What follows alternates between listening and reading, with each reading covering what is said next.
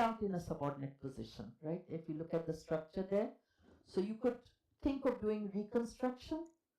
So what you extraposed, you bring it back in, and then you have to have, like I said, I'm waving my hand here because this is not the actual way in which we would do this, but the idea being that you never have a free variable to begin with.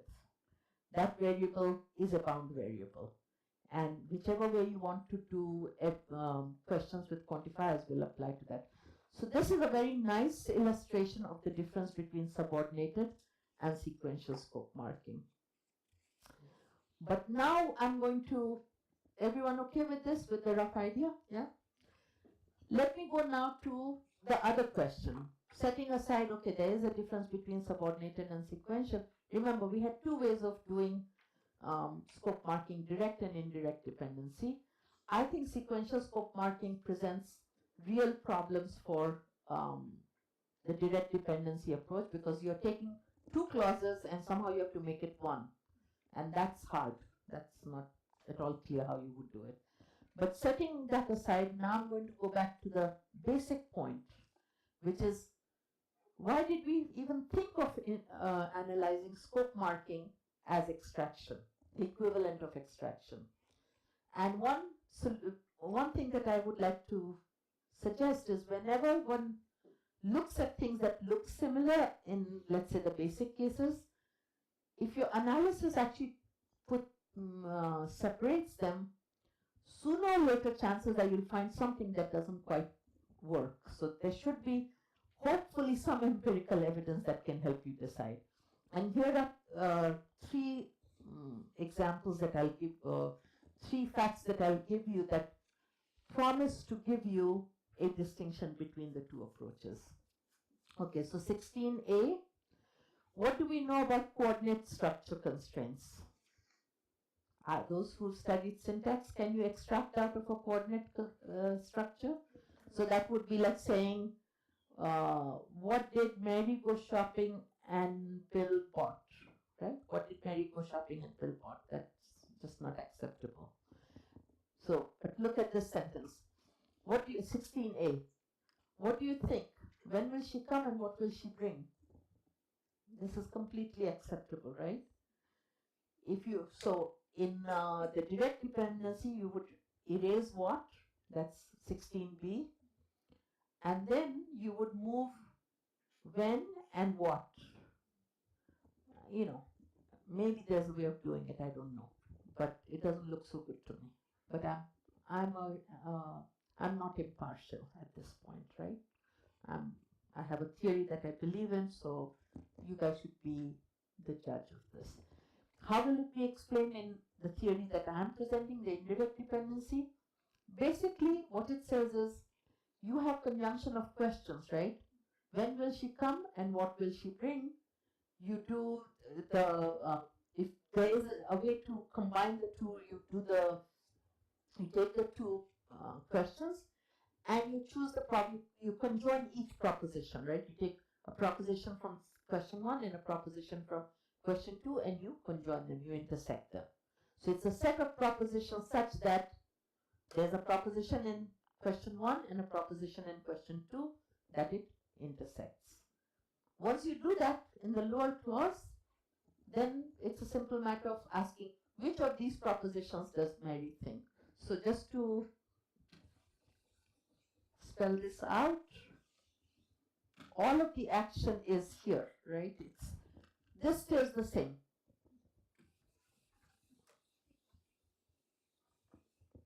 P equals you think Q, right? This part, nothing changes. All you need is, when will she come? She will come at 7. She will come at 8. What will she bring? She will bring dessert. She will bring rice, whatever. And then what you create out of this is the set of propositions P such that there exists a Q in this, there exists a Q in this, and P prime is the intersection of Q and Q prime. Okay? So whichever way you interpret this, when will she come?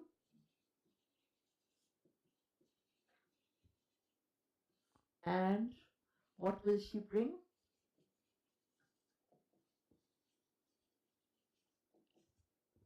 Once you've interpreted this, which you have to do anyway, this because we can conjoin questions, then it serves the same purpose that the other one did, right? Because you're going to look for all the cues that belong in this conjunction, okay?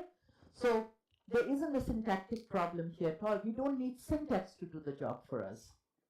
It comes from the semantics. The second one, and this is an interesting one, okay? This will be fun before lunch. So if I ask you, who is taller than he is? What kind of a question is that? Not he meaning the same person, not who is taller than he, no. Who is the person who is taller than himself? That's the question I'm asking. Kind of can't make sense of it, right? Okay, good. So remember, the person who asked this question is a little loopy. Whose height is such that it is more than that height, right? It doesn't make any sense. However, who does Mary think is taller than he is? This makes sense, right? Because now we have Mary's thought worlds, she's mistaken, and his actual height. So when you ask the question, who does Mary think is taller than he is, you extracted who from the embedded clause. But because it's embedded under thought worlds, what you're asking, name the person whose height in Mary's belief worlds is more than his height in the actual world, right? That makes sense? Okay. Now let us ask the scope marking question. What does Mary think? Who is taller than he is? This is the same crazy thought, right? So again, this is an argument against an extraction-based account. Why does this not work in... So indirect dependency correctly rules it out because the embedded question is interpreted by itself without regard to what's above it, right? So it's simply take the question, who is taller than he is? And then ask which of her thoughts belong in one of these. But the question by itself, who is taller than he is an odd question. So another problem, I think, for the indirect dependency. Third one, I'm going to, it takes too long to explain and I get confused, you'll get confused. The scope freezing is very good. Those of you who are Utpal Lahiri students can ask him. He is very good at explaining this. This data is, he's the one. So scope freezing was shown by Kroc to Tony Kroc, who argued for an ambiguity that emerges when you have embedding, so in extraction. But the shape of the argument that Utpal gave was, look, when you have extraction, there's a certain ambiguity. When you look at scope marking, that ambiguity disappears. Why is that? Because there is no extraction. It's whatever was there in the local clause. I'm going to go to the more general point now, which is acquisition of scope marking. So everybody okay with this idea that there are two views on scope marking? That sequential scope marking is problematic if you want to create an LF which is the equivalent of extraction. And that there's an alternative semantics that interprets the two questions kind of separately and then just ties them. The second question is the resource for the quantification in the first question. So everybody okay with that? Those two general ideas? Now I'm going to go to yes. About the view on direct dependency. Mm-hmm. So how do they deal with things like, what do you think? Is John coming to the party? So how do they deal with this? So they would say, okay, so they've said two things on that. The first thing they would say is that German doesn't allow that. So they would say, look, that's an argument for direct dependency on the view that the yes-no operator can't move up. However, if you ask yourself in English or in Hindi, What do you think? Will he come? You totally get that reading, right? And also in Hindi, तुम्हें क्या लगता है? वो आएगा? So then they said, okay, maybe in Hindi there's indirect dependency, not in German. But the problem with German is that they get it for the sequential, for the subordinated case. I think German and Hungarian both don't allow it, but they also have a kind of they have the equivalent of a weather, and there's some issue about I forget how exactly it's done, but the facts are not straightforward in either account. Namely, that if you have a weather, it's the oath clause doesn't give you a well-formed scope marking. So it's not that it follows straightforwardly on the indirect dependency approach either, right? The good ones follow. For them, the bad ones follow. So, yeah, I'm presenting a slightly biased take on this, no? So it's for you to check out the other side more stringently. But actually, I'm not presenting it. These facts that I'm giving are real. I should say that one person, so this data that I had on the taller, the comparative, was actually presented for German. So I'm basing it off of that. But recently, Magda Kaufmann, I presented this at UConn, and she seems very, very convinced that some of these data only apply to sequential, not to subordinated.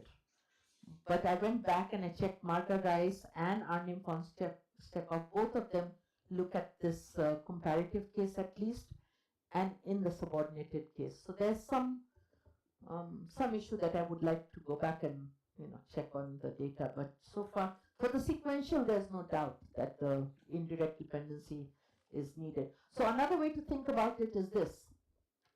You have sequential scope marking. Syntactically, you cannot merge them into one, right? So you do need indirect dependency for those. The question is, do you then also need a direct dependency for the subordinated cases, or can indirect dependency be applied across the board? Maybe that's a way to think about it.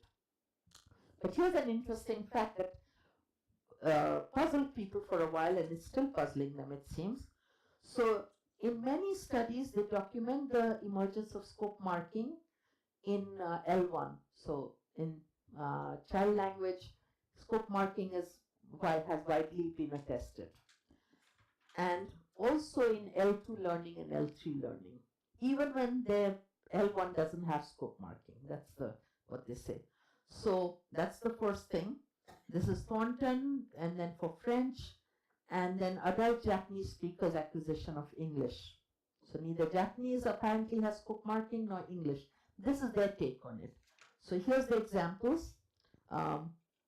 What do you think, who ate the cookie? So this is from Thornton, okay? This is child language. And they also have this copy, who do you think who ate the cookie? What they noticed, as I remember, is that once they got extraction, 19B dropped out of their grammar, but 19A stayed on. So scope marking continued. And then this is from French, 20 is from French in L1, and 21 is scope marking L2. So this is people learning Japanese speakers learning English. What do you think? Who loved Mr. Yellow? What do you think? Who did he love? So some errors, but the main point is these are scope marking structures. And here are two comments made in Roper and de Villiers 2011. So sequential scope marking was discovered in 1996 in German and in English. And in 2011, they write, how can children know a property of UG which to the average person remains so arcane? And they all occur as spontaneous behavior even when not in the target language.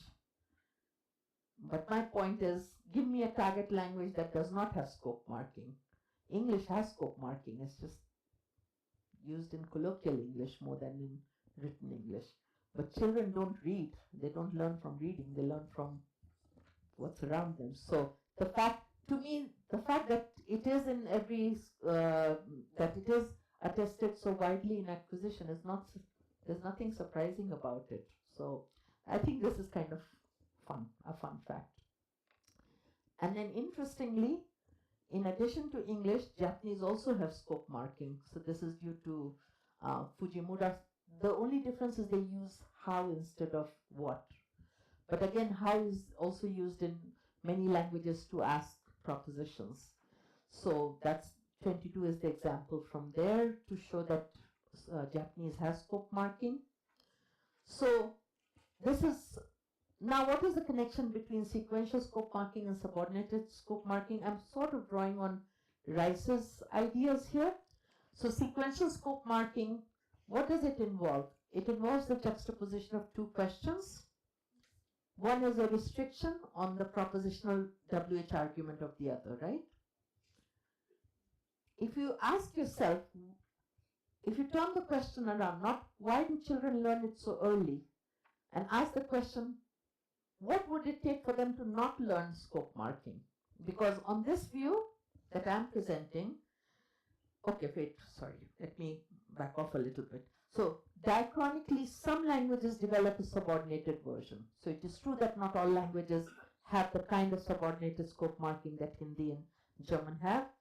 And this shift accounts for the great degree of overlap in the properties of sequential and subordinated scope marking, and for the properties on which they diverge, such as binding of variables inside Q2, right? So that's the idea.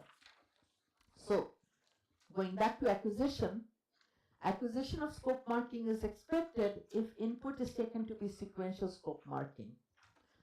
Production data is consistent with sequential scope marking, and typically in these child language or acquisition data, there is no subject-ox inversion. So you can't, it's not that they're producing subordinated scope marking that we can tell.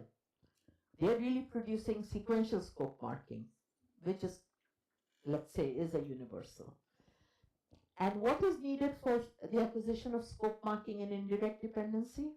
There are two things. One, they need knowledge that questions can range over propositions, right? So that the first question, what do you think, can be processed, and clearly they do. And the second, that quantification in natural language is restricted. That's all they need. And presumably that the children learn pretty early. So it's really not about learning extraction. I think the literature, because we started by looking at it in terms of extraction, scope marking is always, acquisition of scope marking has always been studied in relation to subordination and extraction. And I think that perhaps what we need to look at is simply, have they acquired proposition, quantification over proposition? Have they acquired restriction? That quantification is restricted. My guess is that those two things come pretty early. You could not stop a kid from producing scope marking if you wanted to, because they really don't need to learn about subordination or extraction.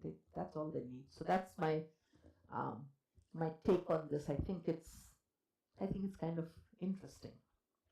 Okay. Do we have energy for the last? Did I see a question? No. Okay. I don't want to race through it, but I will a little bit, because I do want to leave time for workshop, right? And I do want to leave time for lunch. Maybe I'll pick it up tomorrow if I see there's any interest. I've given you all the things that I know, that have been worked out either by me or other people. But there are three things that are open questions in the literature. One is negative island effect, predicate restriction, and discourse status. And I'm simply going to give you the first two. I'm just going to tell you what they are, and then I'll discuss the third one, because I think that will wake you up before lunch. Okay? All right. What is the negative island effect? It's simply this. When it comes to extraction, I can also ask, the matrix clause can have negation. So you can ask, okay, I didn't put in the extract. So look at 23A and B. What don't you think? Where should we go? That sounds pretty impossible to figure out. But Afrodite, what, where don't you think we should go? This is not a problem, right? Because there are some places that don't serve good food or whatever is not clean, whatever you could say. I don't think we should go there. So it's not a problem in terms of what would it logically mean, but we can't do it with scope marking. And not only with negation, you can also say, what does nobody think? Where should we go? That also sounds bad. So this is known as the negative island effect. However, it's not really a negative island effect, because if you look at 25 and 26, I can ask, what does everyone think? Where should we go? What do most people think? Where should we go? If there's disagreement, let's go with the majority. That also can work. But what does nobody think? Where should we go? Doesn't work. But also, what do a few people think? That also seems a little odd. What do some people think? Where should we go? So I'm just giving you the data here. That's one issue. And then there's predicate restrictions. Like, there are two types of predicate restrictions. One is what we discussed earlier. This is on slide 30. What did Bill ask? Where should we go? That sounds weird. Whereas same with what did Bill ask? Who should go where? They both sound pretty bad. However, and this is back to your echo questions. What did Bill ask? Who should go where? Who should go there? That sounds reasonably good. And the semantics we can do later. So anyway, this is that type of predicate restriction the first kind has been explained and can be explained. There's another kind that is an open question. What does Bill think? Where did he go? That's good. What does Bill deny? Where did he go? Kind of odd. What does Bill regret? Where did we go? All of these, there's something off. So this is, these are two open questions. And a third one that has not been looked at, which is the one that I want to present and account for. Okay. Are they really the same, even in the basic cases? And this goes back to Herberger. She was the first one to point out that the two have slightly different presuppositions. So if you look at 30A, what does George believe who Rosa kissed? This is a scope marking, the first one, subordinated. And the second one, who does George believe that Rosa has kissed? And her point was that 30B, the extraction, lends itself to the no one answer. So you and I don't have to believe that she kissed someone. George has to believe that. And I can ask, so who does George think she kissed? But according to her, if you say, what does George believe? Who has Rosa kissed? There's something off about it. And I'm going to present a proposal on the next page about the felicity conditions of scope marking. So the first part is what we have already seen for all questions. The felicity condition of regular questions are that the answer to the question is not in the common ground, right? That the speaker wants to find out the answer, and the speaker believes the addressee knows the answer. Furthermore, the felicity conditions of a scope marking question of this form, Q0,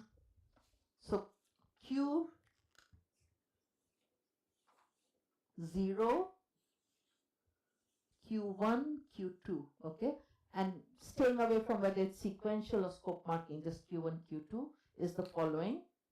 So the scope marking question, Q0 over Q1, Q2 are, the answer to Q0 is not in the common ground, right? Because this is the matrix question. So it's simply what we had earlier. The speaker wants to find out the answer to Q0, right? And the speaker believes the addressee knows the answer to Q0. This is just copying what we had onto this structure, the matrix.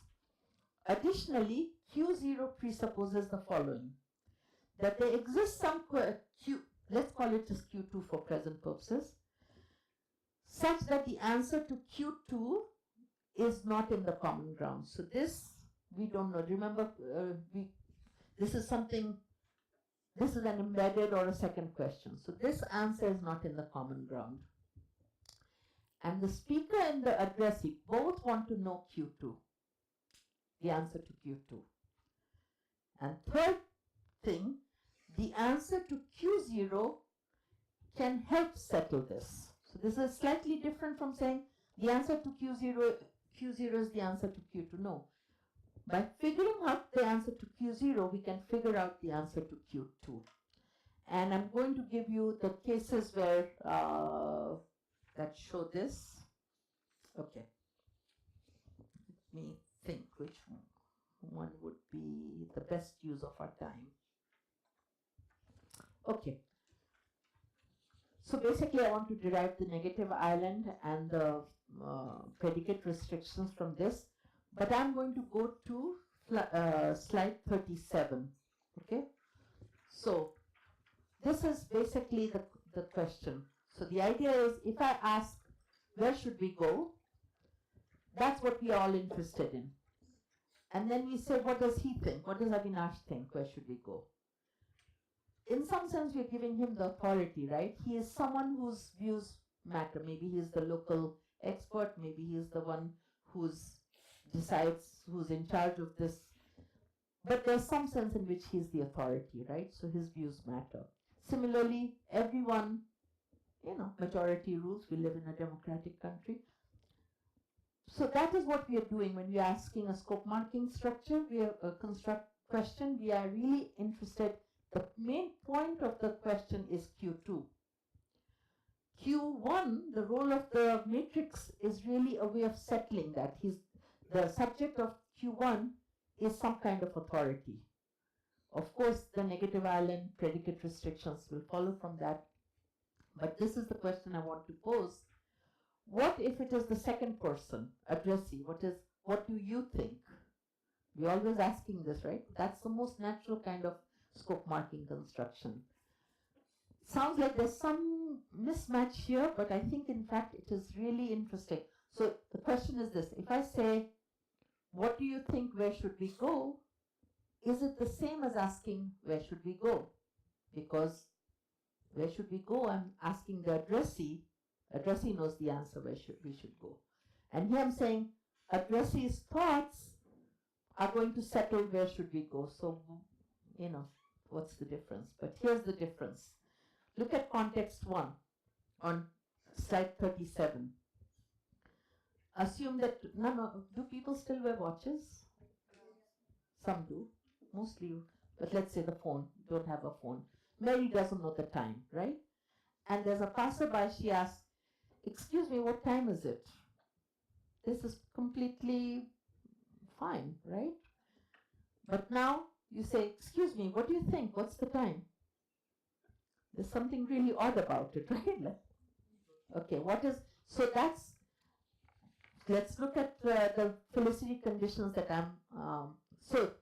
it shows that just because it's the same, the subject of the point of view person, the matrix, is the same as the addressee, doesn't mean that a scope marking can be collapsed to just Q2.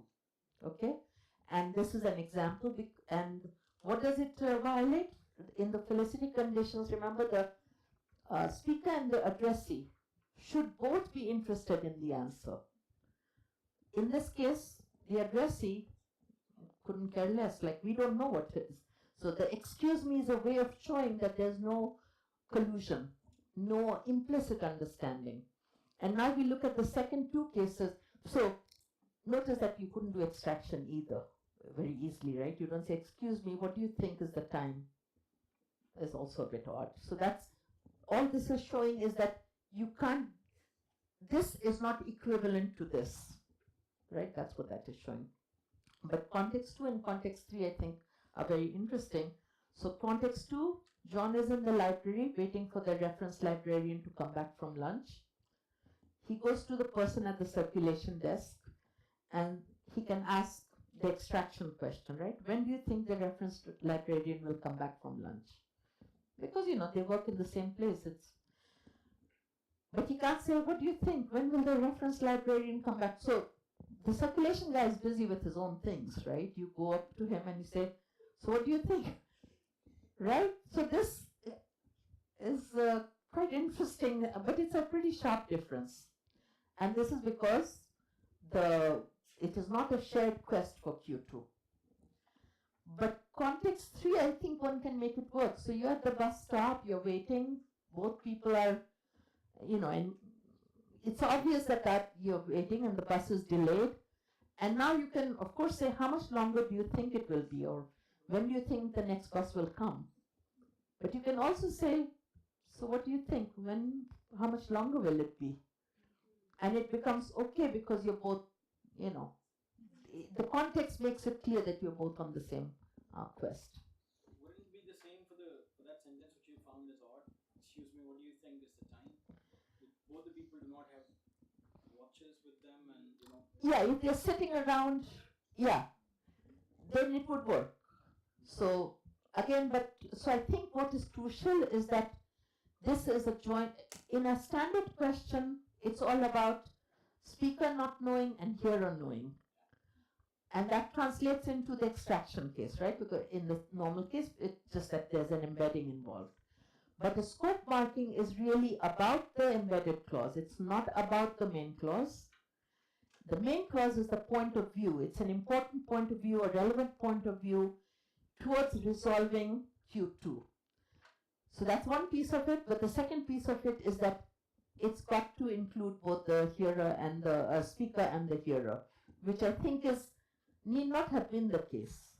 So just to give you so I think this, I don't know, at this point I feel it's pretty new, this idea, but I feel fairly comfortable about this. I should say that I use this also to derive the negative island effects, etc. But I think the two pieces are separate. The fact that both speaker and hearer are on the quest, and that the main clause is a point of view, a relevant point of view, are independent, and this may actually be an important way of separating out. See, the negative island effect has been noted for many constructions. One thing is called slifting, WH slifting, where should we go, do you think? Yeah, that's a slifting construction, and there's some others involved. Those may not, again, I don't take me at my word literally, those also don't allow negation. So where do you think, where should we go, don't you think, is pretty bad. But it may not be the case that both speaker and hearer need to be, I don't know, I haven't looked at that. But logically, it's possible to have a construction that requires point of view, that has where the main point is the embedded, or the second question, or the apparently embedded question, and the apparently main clause is really a point of view kind of a role. It plays a point of view role in the discourse, but it's possible that it may allow the addressee, just the speaker, to be on the quest, not the hearer. So I'm not sure whether this is the case, but to me it seems like logically possible to have two separate cases. Okay, so any questions? Yes, Martha. Does the nature of the question we ask after what do you think Mm-hmm. have something to do with whether it sounds felicitous or not? Because when we ask about time, time is more sort of it's not up for debate as to what time it is. Mm-hmm. So when you say what do you think, so if there's someone walking in front of me and there's a passerby and I say what do you think, where is that man going? Mm-hmm. Does it sound just as odd as us saying what do you think, what time is it? Well, ask so. I don't think it sounds just as bad as Quite as bad. so. Okay, 1, 1, 2, 3. Yeah. On a continuing note, Oh. Mm-hmm. if I find some person who doesn't have a watch as well, Mm-hmm. but I want to know the time, and if I ask that person, what do you think the time must be? Now that sounds quite. But you did extraction, so that's fine. What do you think would be the time? Must be the time. Can You want to say, what do you think? What must the time be?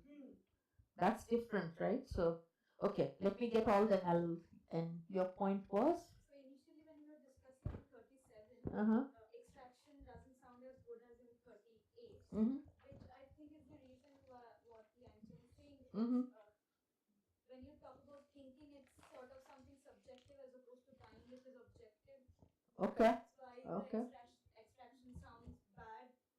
In an otherwise situation where both of them, like one person is interested in the time while the other isn't. Mm-hmm. And it's clear that you haven't had. Okay. Yeah, so Uh-huh. situations being same, that is what determines where extraction would be possible or Okay. Praveen. Roughly, Mm-hmm. according from what she said, maybe in the first case where you're looking for time, you'd want to see whether somebody has a watch on Mm-hmm. or her. Mm-hmm. With watch, I don't think it is to be debated whether when the answer comes, you would not debate. Okay, you cannot. Mm-hmm. But so and in that, I don't think you can really ask that question in that case. I find it odd, when somebody has a Mm-hmm. watch with him or her. What do you think? Is the yeah, yeah. You see, So that's a question that you would ask only when you're basically asking the other person also to guess or make some conjecture about so it. but that's true also for extraction. So that's not separating extraction from scope marking, no? So yeah. I was thinking along the lines of how so what time is it? What do you think? What time is it? So it sounds bad. The second one Mm-hmm. is bad depending. So if someone's walking in front of you and there's a passerby and you ask, where do you think where is he going? You just ask a Mm-hmm. direct question. Where is he going? I don't necessarily think that means the same as asking what do you think? Where is he going? That's in that respect the two wouldn't. Okay. So you're saying, so there are several strands, and one needs to think about this a little bit, and I will. Um, so one issue was time as a given, Yeah. whereas all of these point of view is relevant when there's something more subjective about the nature of the question. Ooh, this is. But in that same context that you said, you ask the same question about time, then also it becomes relevant, right? In the sense that. Like if suppose two people are walking Mm-hmm. and see a passerby, they haven't talked, and then they ask this question, "What do you think? Where is he going?" So that's the one that you are referring to, right? Yeah, and I'm saying that's And in not that the same same, as asking where is he going. of course, yeah. But in that same context, if somebody asks, "What do you think? What time is it?" So even then, the same logic applies for where is he going, because the second person might not be thinking about time, or the person who's Okay. being who is. No, but in this case, One you're is asking a stranger. subjective and one is That's the objective. point. Huh, You're not. that both of that case is That's the separate. point. Srikar, you had a thought? Yeah, I mean, basically that. I don't think it has anything to do with time being subjective or whatever. You can say, what do you think? What should that dog be called to a stranger, and still find the sentence very odd. Well, see, okay, so what I would like, because this is something that's fresh off the, hot off the presses kind of a thing. I gave this talk 2 months ago now, and literally on 2 days before the talk, because I've been struggling with this. What is the difference? Actually, for a long time, I've been wondering why are people still debating direct, indirect. Every paper on scope marking is about direct, indirect dependency. Why aren't they looking at discourse? And then I realized, who are you to say why aren't they doing it? Do it yourself if you care. So then I started thinking about it, and so certainly I think there are many issues that may be relevant here. So one thing is, you don't ask a stranger something that they may, like the name of the dog or where that other person is going. Remember, the addressee must know. You must think the addressee knows the answer. So the reason I took the thing about time is because I created that context. So one would have to have a context where maybe it's their child and you want to know what's the child's name, but then you would say that's still going to be See, I'm not sure that that's the subjective objective thing will hold up completely, but it's something to think about. But in creating these contexts, then one has to control that without the you think that's a question you could ask. You can't just ask a stranger, excuse me, what's that person's name? That's, unless you have a basis for thinking. Yeah. Pragmatically, we can at least ask objective question. It's very difficult to ask subjective question without the context. This is what I felt odd about these questions. So, but wait, No. So 37A, yeah, that's without a context, right? That's what the excuse me does. So 37 is the one without a context, right? But my point is basically it sounds like Yanshin said it sounds odd if you ask about objective subjective part rather than an objective part. Right? So It give sounds me, less odd if you ask some objective question like time or where does this road go rather Mhm. than what do you think something. If it is subjective, it's more odd. But then would you consider 36 A to be subjective or what? 36. I don't even know what But there is a subjective and yeah. objective is. So here's what would be helpful. Maybe tomorrow's workshop we could make on this. Maybe today's, I don't know, tomorrow's, because I had other plans for today. But everybody has thoughts, so now. The the the the first question, what do you think, doesn't it itself give scope for objectivity? See, I don't know what objective and subjective means. I'm a little. Huh? Doesn't it, what do you think, Yeah. give scope for subjectivity, and then asking a question like Something that he has the time. Maybe that. Okay, so that's what you were meaning. Okay, I hadn't thought of that. I think. What's your name? Swarali's point is, when you ask what do you think, then you're asking for an opinion. Whereas, if all I have to do is look at, there's no opinion, right? It's 1:05. That's, I think, what they were saying. What is wrong with the choice of the word think, and that's why it's bad also in extraction, right? Because you're embedding. So this was really simply a way of saying that even when the addressee is in, the same as the subject is the same as the addressee, but you're right that may be. But then I would like to see if one can ask someone something where it's subjective in your view, which would be. But wouldn't we follow from the, so we said Okay. that we don't, we assume that the addressee doesn't know the answer either, right? So Yeah. that should take care of what we are thinking as subjective and objective. So suppose suppose you and I are talking and we both of us don't have a watch, I still Can ask, yes. in either extraction Or scope marking. Yes. So the two, one way to think about it is, okay, suppose we do, and in fact that was an example or context that people gave me, like if we have, eclipse was on the horizon those days, so we are both waiting for the eclipse, and so I can say, so what do you think, even though you're a stranger, but the context tells me you're there, what do you think, is it time? Yeah? Or what time is it? what do you think is also sort of includes you in the, so Yeah. indications for a common quest of something. But the real, so the first one was really a way of separating out, that was a way of saying this is not the same as this, right? Even when everything in here is equivalent to the addressee, blah blah, right? The second part was, if you're both sitting waiting for the eclipse or whatever, then we can ask an objective question. So what do you think? What time is it? Because we know that at 9 sharp such and such will happen. So that's still your objective question that can go under thing. So, but I think 38A B, that contrast is real, right? Because both of us are not on that quest.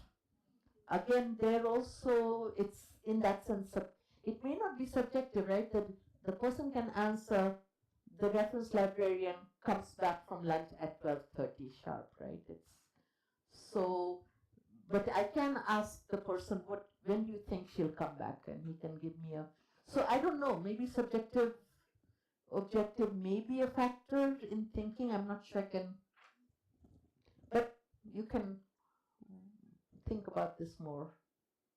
It's a good question. Like, so methodologically, then one thing to do is not just to have one example, right? You have to create, of course, all these things. Once someone has done it, it's easy to see what else should be done. But we have to create context, like maybe this versus this, to show a range of things where we could expect that person to have a thought about it, right? So you would have to ask somebody like a teacher about what should be, what courses should one take, or something like that. Maybe that would satisfy that, right? Okay, time to stop. And then when we come back, we'll talk about the workshop part of the deal, right?